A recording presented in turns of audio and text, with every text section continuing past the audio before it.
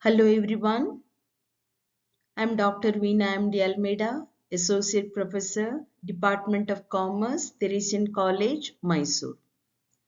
Today's subject of discussion is Company Law and Practice, Unit Company Meetings. In this session, we are going to learn about types of company meetings, shareholders meeting, statutory meeting, annual general meeting, and extraordinary general meeting. Company meetings may be classified into three broad categories. They are board meetings or meetings of directors, general meetings or meetings of shareholders, and creditors meetings. Directors meetings are the meetings of the directors of a company. They are of two types, board meetings and committee meetings. Meetings of shareholders are of three types. They are statutory meeting, annual general meeting, extraordinary general meeting. Statutory meeting is the first official general meeting of the shareholders. It is held only once in the lifetime of a company. It is called statutory meeting as it is compulsory as per the law, that is as per the Companies Act. The main objects of holding the statutory meeting are to enable the members as early as possible to know the progress of the company since its incorporation and also its present position and future prospects. This meeting also provides an opportunity to the members to discuss the finances of the company. To provide an opportunity to the members to discuss any matter arising out of the statutory report or relating to the formation of the company. Meeting also help the members to know one another. Section 165 of the Companies Act lays down various provisions relating to the statutory meeting. Let us now have a discussion of the various requirements relating to the statutory meeting. First one, holding of the statutory meeting. As per Section 165, subsection 1 of the Companies Act, every public company limited by shares and every public company limited by guarantee and having share capital must hold the statutory meeting. It must be noted that the meeting should be held within a period of 6 months, but not earlier than 1 month from the date on which the company is entitled to commence business. Second important requirement is power to call the statutory meeting. The power to call the statutory meeting is vested in the Board of Directors.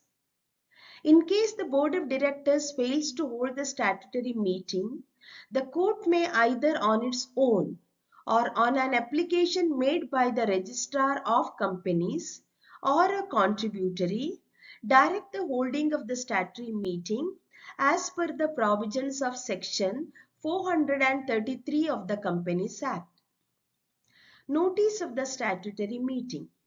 For convening the statutory meeting, the Board of Directors must send the notice of the meeting to all the members of a company who are entitled to attend and vote at the meeting. The notice must be sent at least 21 days before the date of the meeting. The notice must expressly state that the meeting is the statutory meeting of the company. The notice must also state that a member entitled to attend and vote at the meeting is entitled to appoint a proxy to attend and vote at the meeting instead of himself, and a proxy need not be a member of the company. Statutory report. Along with the notice convening the statutory meeting, a report known as the statutory report should also be sent by the Board of Directors to every member of the company so as to enable the members to have a fairly good idea about the company before they come to the meeting. The statutory report should contain all the necessary information relating to the formation of the company.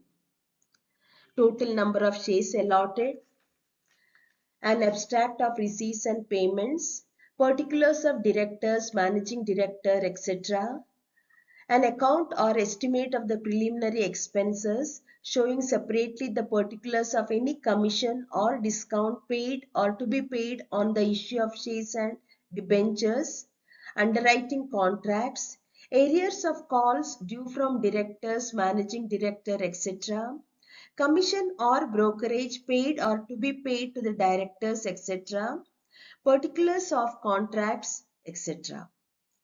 Certification of statutory report.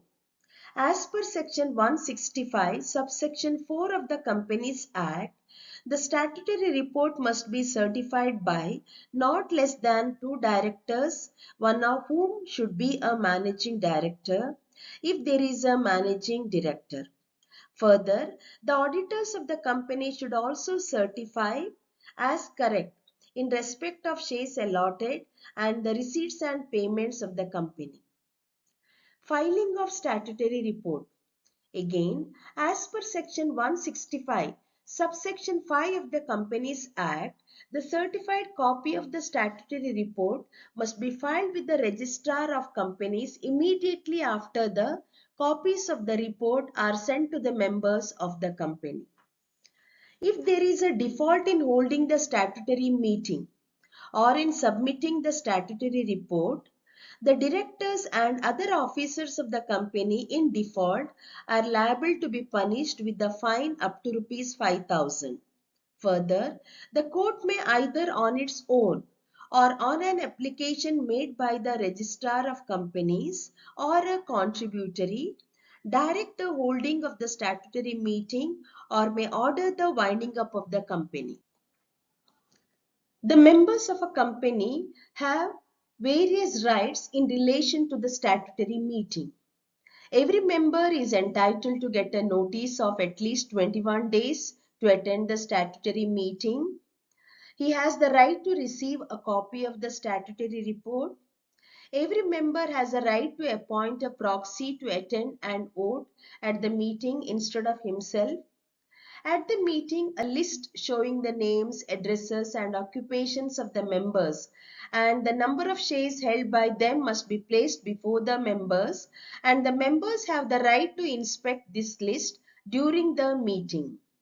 The members present at the statutory meeting have the right to discuss any matter relating to the formation of the company or arising out of the statutory report without any previous notice. The members present at the meeting have also the right to adjourn the statutory meeting from time to time. The members have the right to appeal to the court for the compulsory winding up of the company if the company fails to hold the statutory meeting or fails to supply the statutory report to the members or fails to file a certified copy of the statutory report with the registrar of companies. Annual general meeting is a general meeting of the shareholders which is held every year. It is so called because it is held annually. It is also called ordinary general meeting as mostly ordinary business and no special business is transacted at this meeting. Objects or purposes of annual general meeting. It is the most important meeting of the shareholders of a company.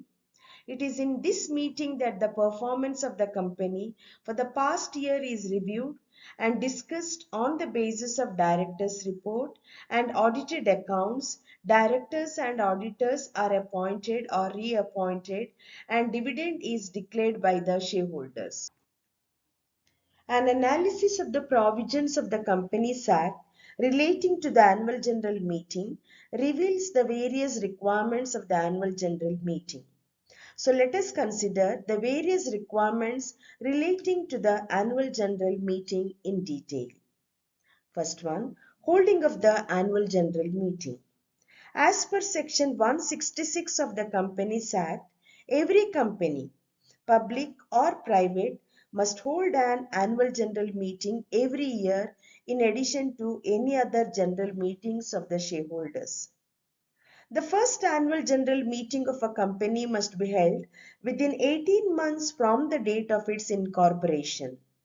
For the first annual general meeting, no extension of time beyond the period of 18 months can be given even by the Registrar of Companies. If the first annual general meeting is so held, it is not necessary for the company to hold any general meeting in the year of its incorporation or in the following year. Every subsequent annual general meeting must be held each year within 6 months after the expiry of the financial year of the company and within 15 months from the date of the previous annual general meeting.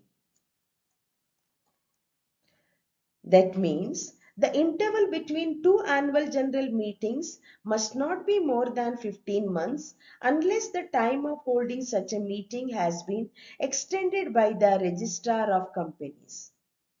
The meeting must be held on a working day, during the business hours, at the registered office of the company, or at some other place within the city, town, or village in which the registered office of the company is situated.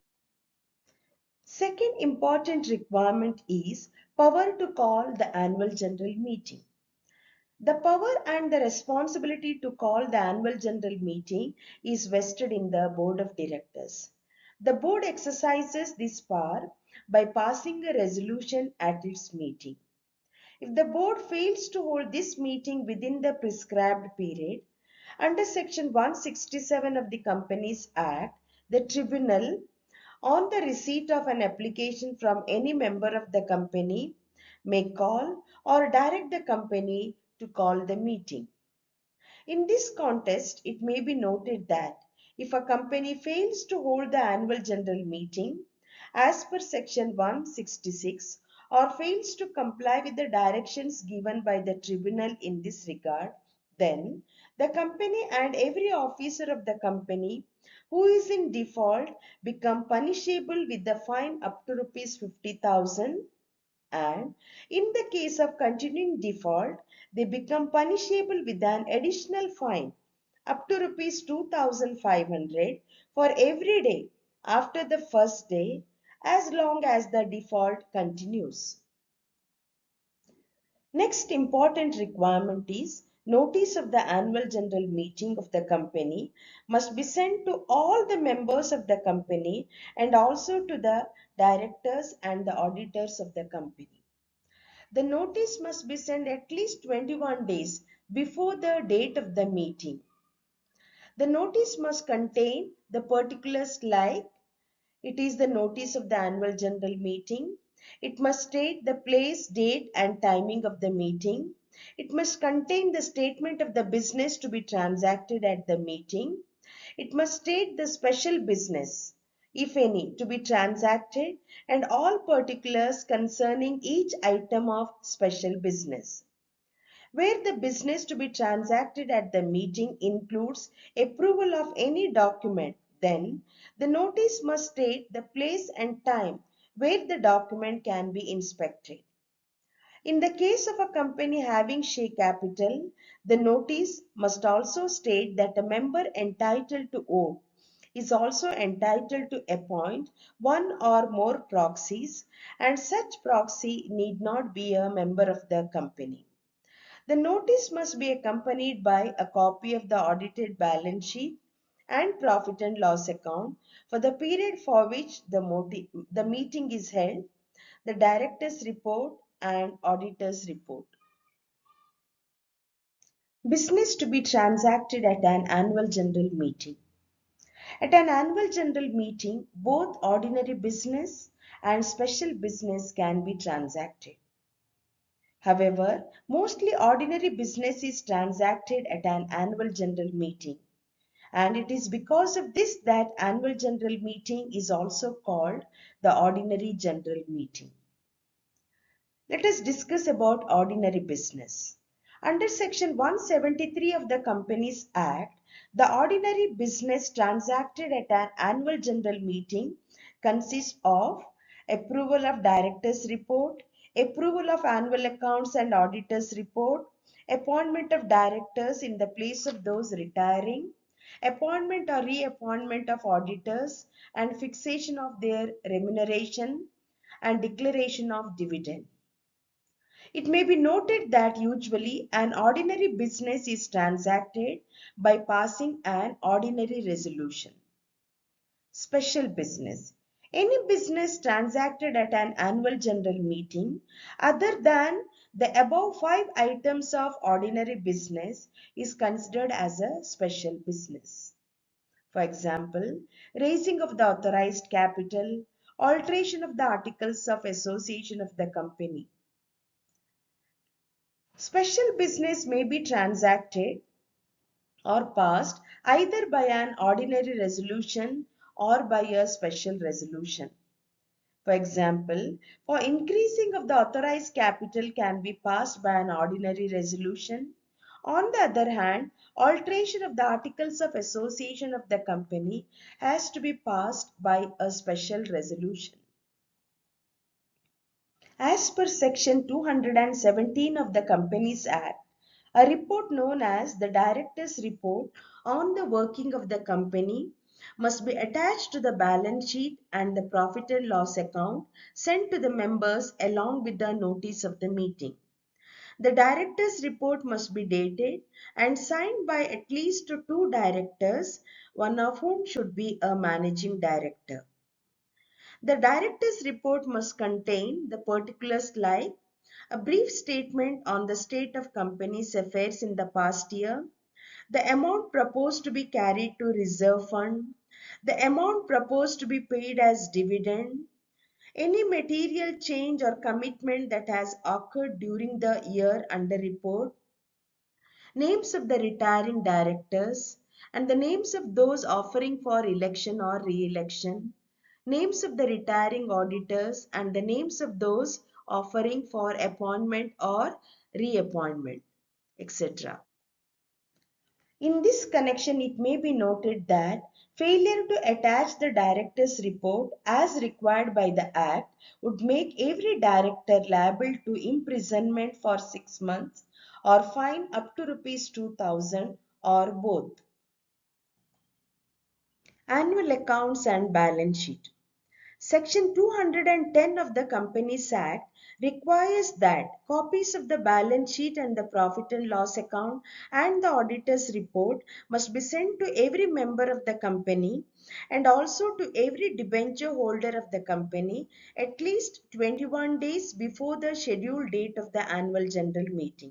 Further, the board of directors of the company are required to place the audited balance sheet and the profit and loss account for the relevant year before the annual general meeting. Again, after the annual general meeting is over, the company must file 3 copies of the balance sheet and profit and loss account along with other documents with the registrar of companies within 30 days of the date of the annual general meeting.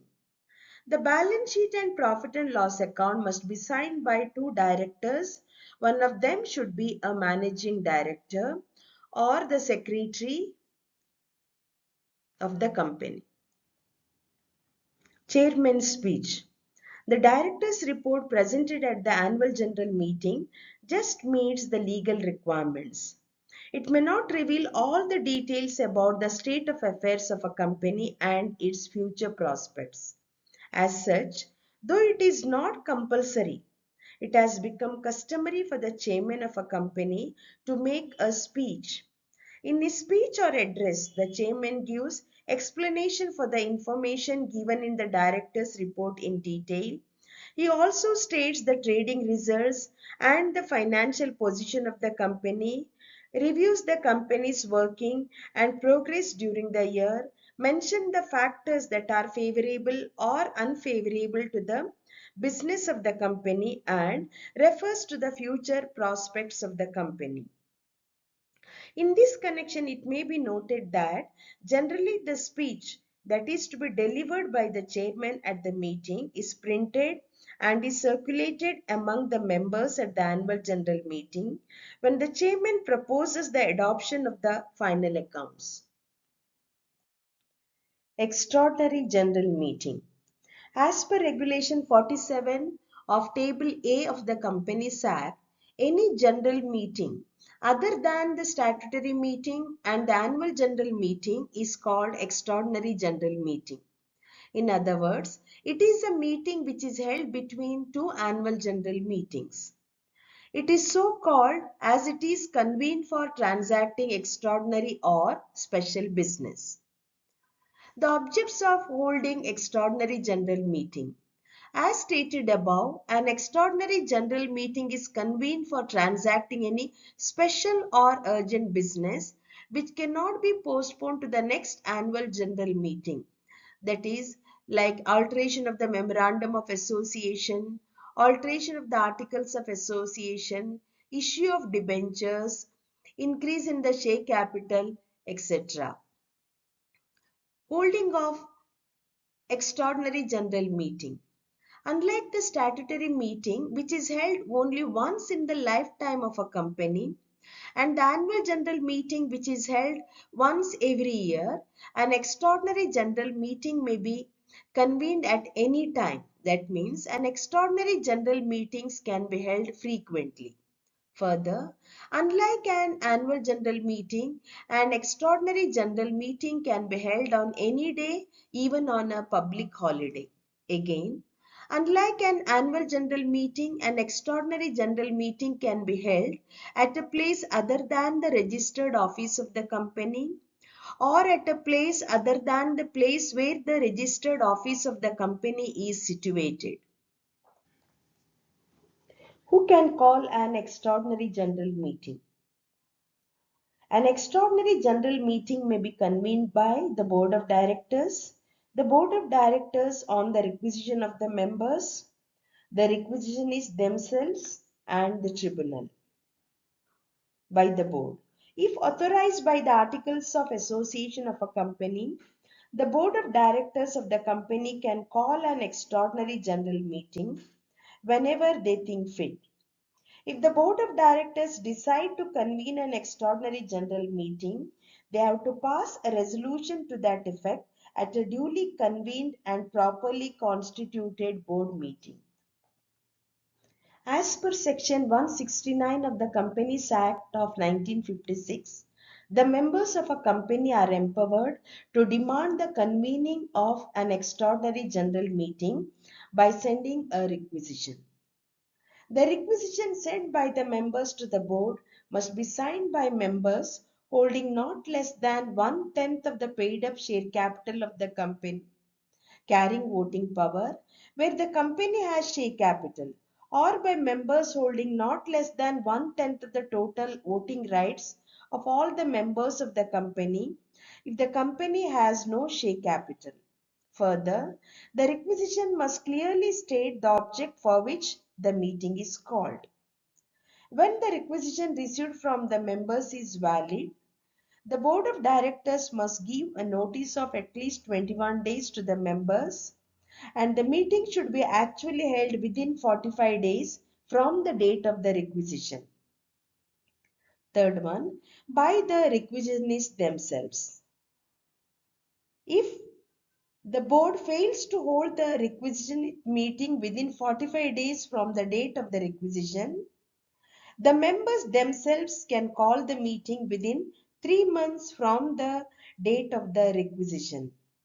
The meeting called by the requisitionist themselves must be held in the same manner as the meeting called by the board. The last one, under section 186 of the Companies Act, the tribunal may order the holding of an extraordinary general meeting either on its own initiative or on an application made to it by a director or any member entitled to vote at the meeting. When the tribunal orders the holding of an extraordinary general meeting, it may specify the manner in which the meeting should be held and can give such directions as it thinks fit for the holding of the meeting. Next point is notice of the extraordinary general meeting. For convening an extraordinary general meeting, a notice of at least 21 days must be sent to all the members of the company entitled to attend and vote at the meeting. Further, the notice of the meeting must also be advertised in the local newspapers. The notice must state whether it is a meeting convened by the directors on their own initiative or it is called by the members. The notice must also state the object of the meeting and the particulars of the special business to be transacted at the meeting, type of resolution need to be passed. If a special resolution proposed to be moved at the meeting, the text of the resolution proposed to be moved in the meeting should also be given in the notice. Explanatory statement. Under Section 173 of the Act, every business transacted at an extraordinary general meeting is deemed to be a special business, and an explanatory statement is necessary for every special business. As such, the notice of an extraordinary general meeting must be accompanied by an explanatory statement giving all material facts relating to the special business and stating the nature and extent of the interest of the directors, managing director, or manager in the special business. And the object of the explanatory statement is to impress upon the members the reasons for passing such a resolution and to get their support to the resolution at the meeting. Remaining provisions of the Companies Act relating to company meetings are discussed in the coming sessions. Thank you.